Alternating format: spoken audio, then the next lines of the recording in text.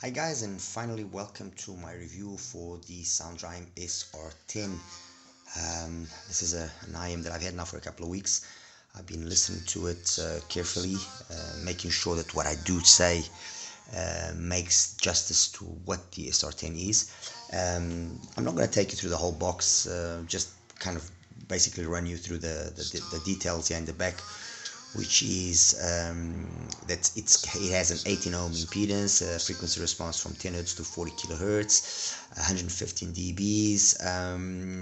In terms of configuration or driver configuration, we're talking about a 2 plus 4 plus 4, so 2 DDs, 4 BAs, and 4 microplanars. The DDs are two 10mm LCP drivers in an isobaric, so face-to-face clamshell configuration. I don't like saying isobaric. I consider that more of a quasi-isobaric configuration. But anyway, metal shell, which I'm going to be showing to you in a second, and a $499 price point. So, like I said, in terms of the accessories, SoundRhyme never really disappoints. Nice carrying case with a cleaning cloth. The cable is a nice high quality cable with exchangeable terminations here. The shell is a very nice shell. Kind of alludes to the fact that the back is, let's say, open back, which it isn't. The only thing that I'll be honest with you that I don't really like, or I didn't really think it was necessary, was these kind of little shiny little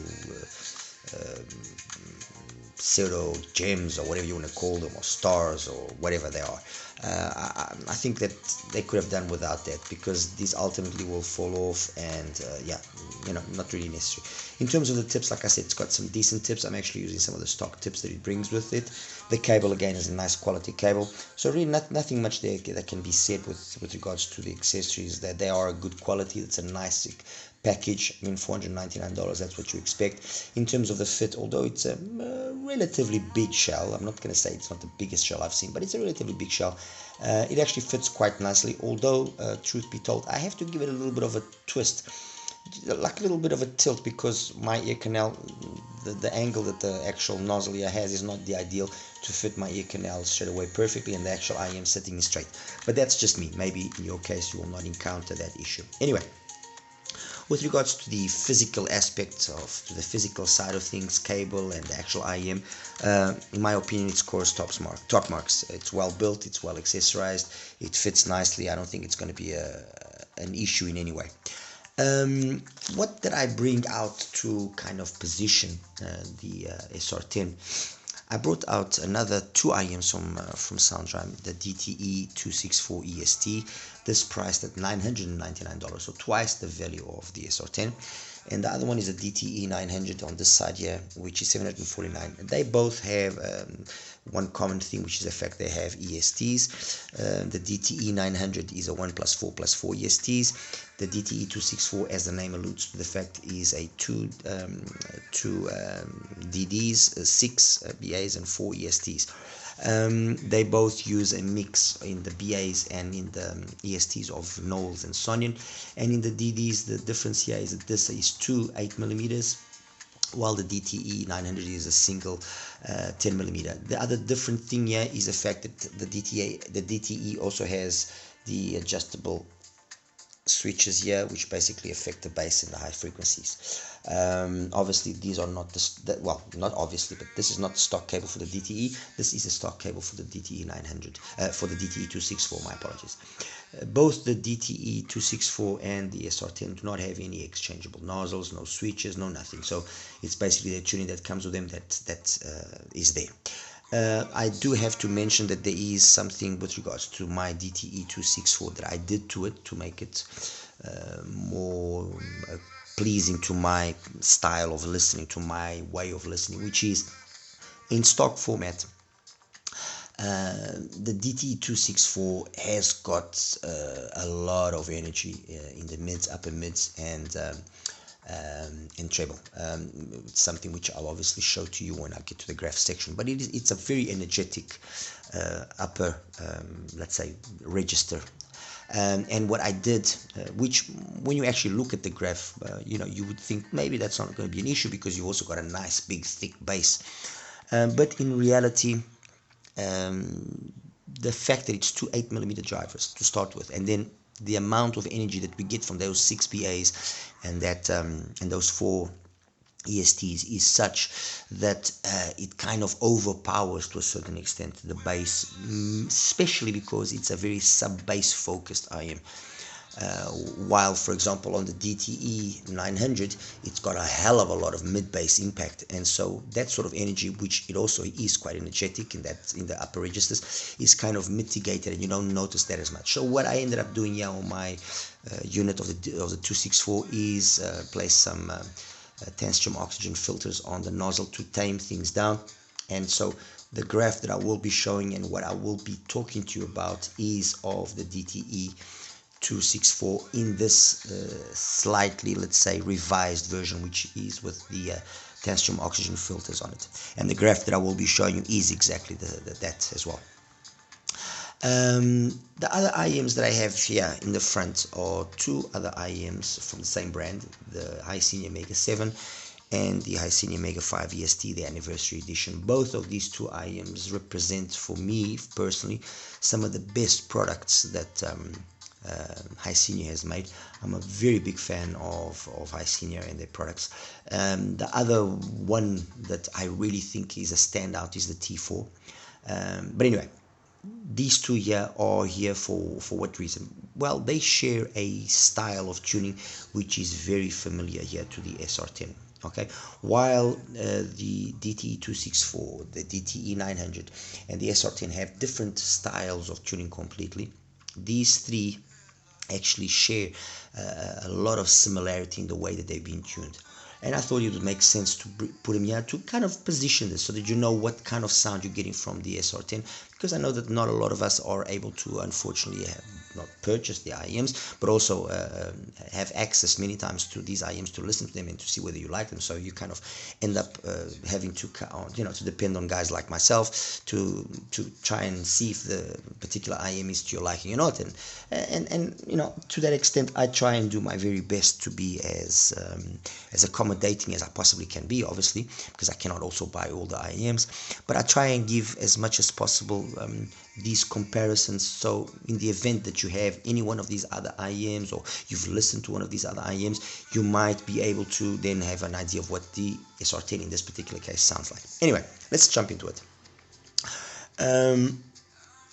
Talking about the SR10 first, what can I say?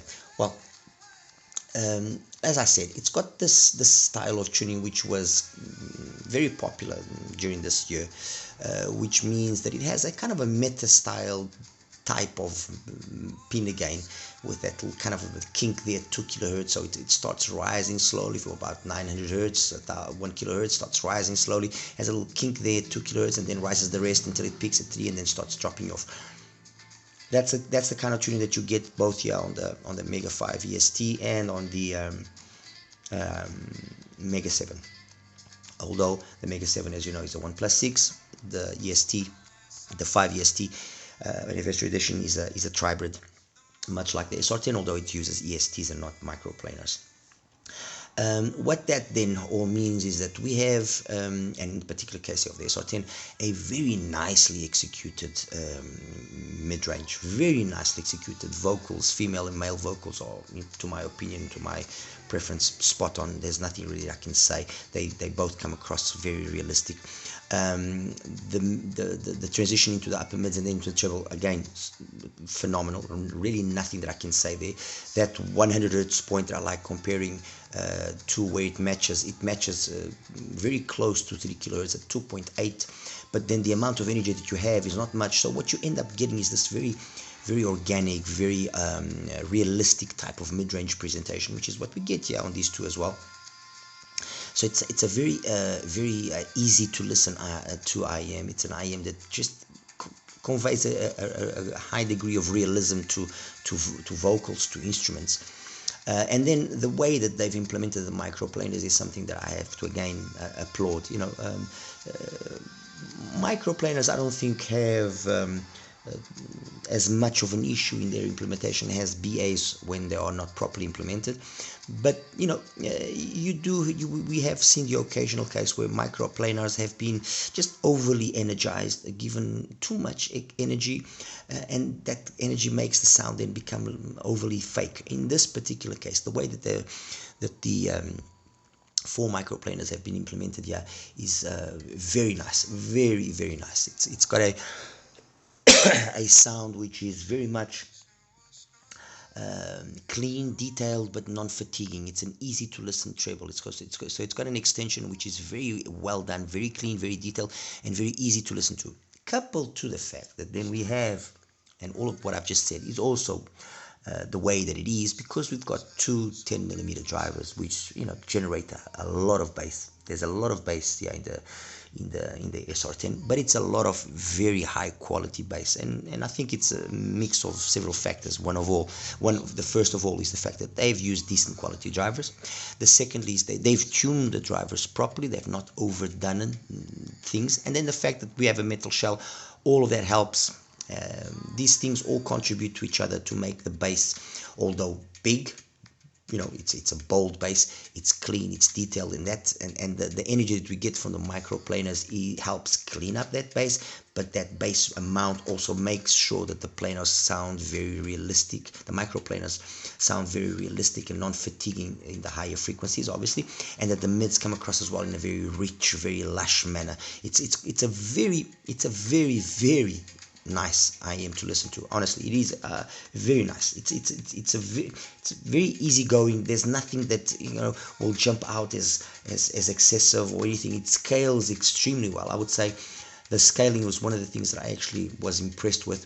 Maybe at lower volumes, and if you don't have a source which maybe matches ideally, and I did try several sources and I ended up seeing that contrary to what sometimes is the case, that sources like which are ESS based actually sounded really good here on the SR10. Usually you guys know that I prefer Cirrus Logic or some stuff from AKM as well, but ESS based sources actually sounded, you know, very engaging, very organic, contrary to what many times is the case, especially when you have, you know, this type of configurations which use drivers that can be prone to be a little bit over bright or a little bit you know, fatiguing if the volume is then pushed up. Anyway, going forward, because that's what you want to know. So bass, mids, treble, really well done. I would say that the technicalities, timbre and tonality on the SR10 is spot on, just the way I like it. Nothing that I can really point as excess, as a negative. Maybe on occasions I would have liked a slightly larger soundstage, but you know, not a problem.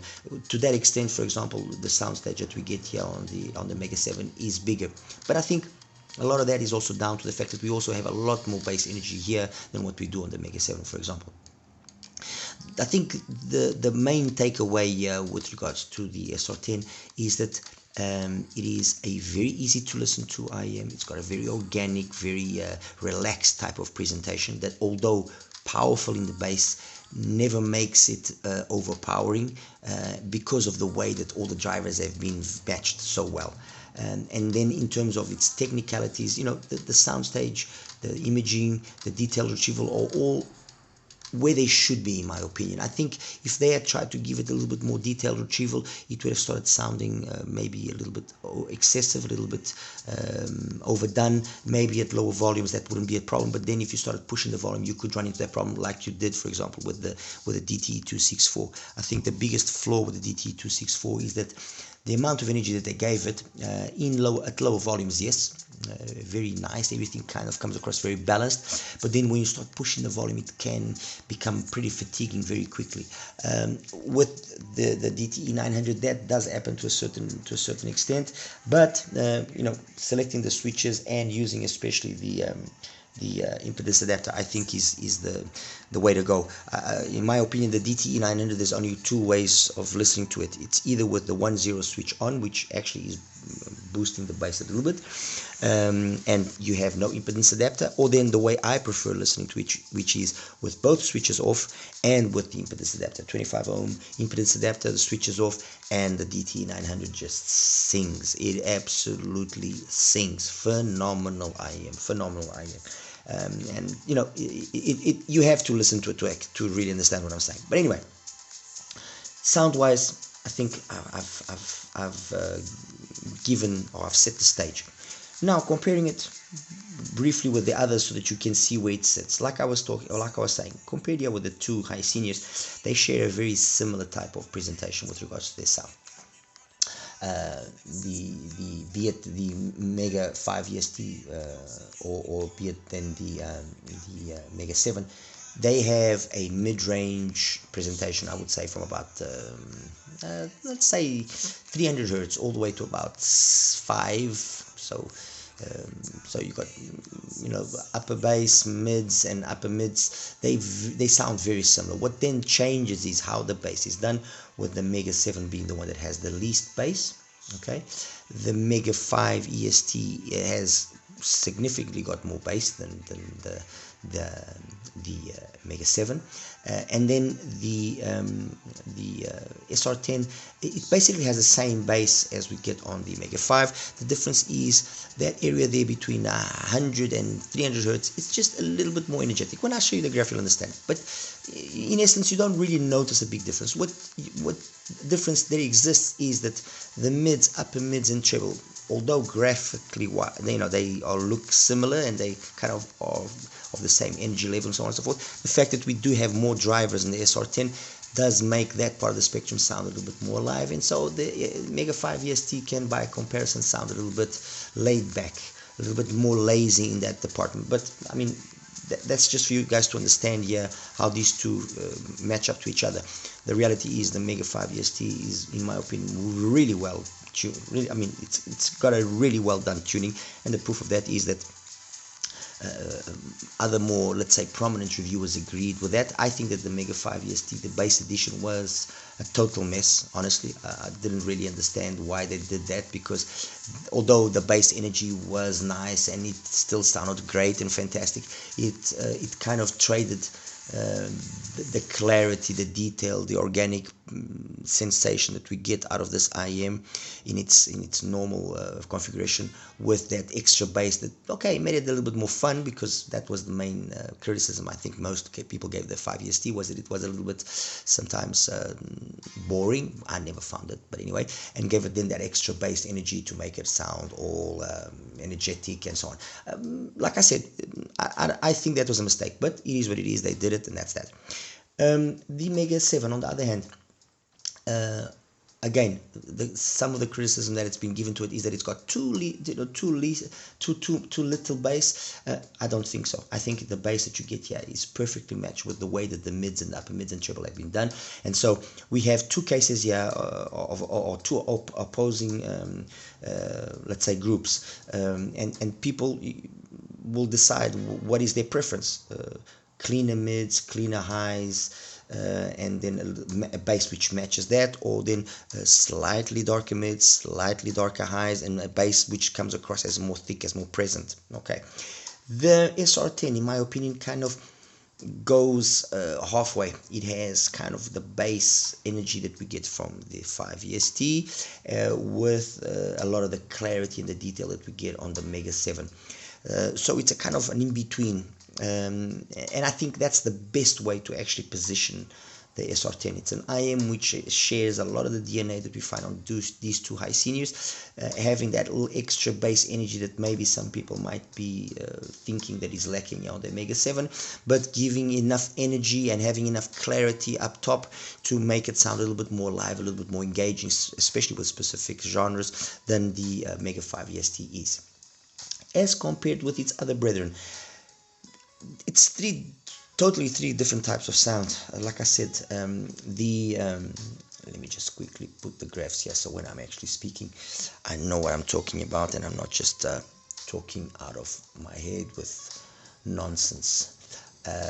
Okay, compared with the DTE 900, the DTE 900 does have more mid bass presence, and it does make itself noticed. With the, and I'm talking about obviously the DT900 with the impedance adapter, which is how I think this should be listened to, or this should have possibly been one of the configurations. And why? Because we have that 100 hertz point corresponding to that 2 kilohertz point, which I like, and then the energy above that being equally matched and being nicely matched.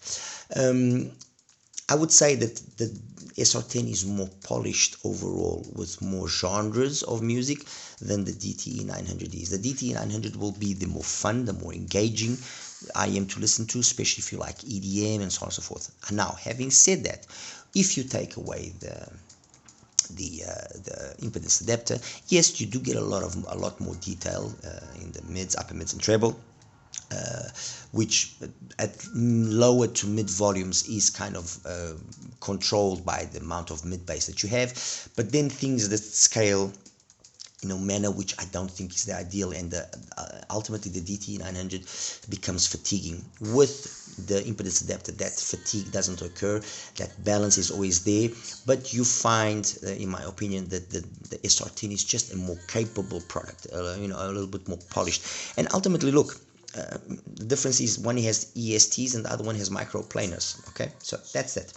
With the 264, what happens with the 264 compared to the SR10 is, on the 264 you have a more sub-bass focus, which is noticeable. And mind you, I'm talking about the 264 in its modified format, and then I'll tell you about how it is in its non-modified format. You notice that there's more sub-bass focus here, so that you notice there's a little bit of a scoop there in the mid-bass when compared to the SR10, and then the highs and the mids and the upper mids and so on, they also sound equally clean and detailed. There's a little bit more forwardness in the mids, which, because of the fact that we have that scoop early on, can on occasions make the sound be, I would say, a little bit, I'm not even going to say harsh, because that's not the correct word, but it can be just a little bit too energetic in a manner which makes it come across as kind of colored. Overall, and to be totally fair and honest, and I'm trying to be fair, I think the SR10 is a product which makes more sense than the DTE264. I think the DTE264, especially considering the price that it has, it should have had switches like its DTE900 brother, switches that would have controlled the energy up top, like I have done with the usage of those filters. And if that had been the case, then yes, then it would have been an IM that I think more people would have talked about it. More people would have talked about it in a positive manner, and it could have made sense, okay, and maybe justify itself. But at twice the price over the the SR10, and considering that you still have to maybe fiddle a little around with it a little bit to make it a little bit more manageable, I think the SR10 makes more sense. The DTE264 also has another little issue, or rather, let me rephrase that. In its stock format, the 264, because of that excessive amount of energy that it has in the mids, upper mids, and treble, yes, at lower volumes, it will be an interesting IM to listen to. It will be competitive with the SR10, but the moment you start pushing that volume, forget it. It just, at least in my ears, it just wants to murder me. So, honestly, with its modified format, very nice IM. If it's worth the price or not, debatable. In my opinion, not a superior IM to the SR10. The SR10 is the better IM. Compared to the DTE900, I think of them as more side grades than anything else. That's not, overall, yes, this one will probably be the more competent wise in more genres of music, but I think that they both have a place. They are both side grades to each other. And also this does cost $749, so it's only, I'm saying if it's not money, but it's not a big jump in price, okay? Compared here to the Hiseniors, like I said, and this is not really a comparison, this is more to position. This is $449, this is $549, this is $499, so this kind of sits in between price-wise. I think it sits in between as well, sound-wise, and I will jump the gun and say that because of those factors, I think the that the SR10, in my opinion, has done enough to deserve itself as an IM that I think will be in that top 10 hybrid IMs for this year. It's done enough in that aspect. I mean, I'm a big fan of SoundRhyme. They have a lot of products which sometimes are not liked by a lot of people because they've got their own particular sound. I'm trying to actually get the SR5S in as well to test it. I've heard some good things about it, and if I do get it, I'll obviously review it and let you guys know.